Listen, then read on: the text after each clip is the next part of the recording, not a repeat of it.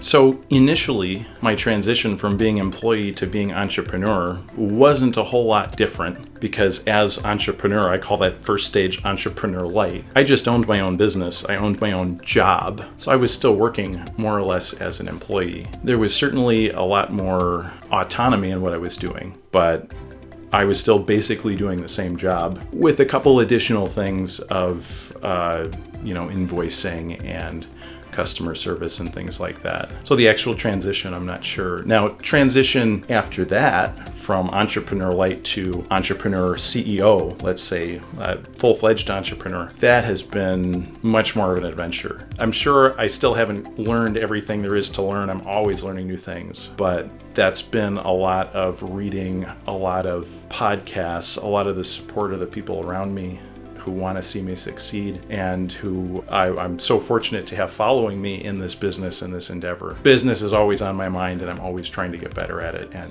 I hope that's working out.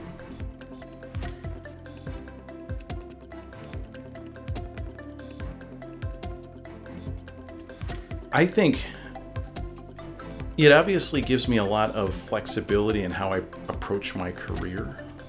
But beyond that, I think it changes the way I look at life. When I was an employee, I started out being creative and trying to think outside the box and trying to invent and all these things that I keep talking about. And the way that position was didn't support that way of thinking. And so I had to tone that down and put that part of me in a box on the shelf for later. Now that I'm in business, that part of me is not only awake, it's thriving. It's a required aspect for what I do, and that supports, that affects everything I do in life. I find myself thinking of hobbies and everything differently, more in an empowered and creative mindset.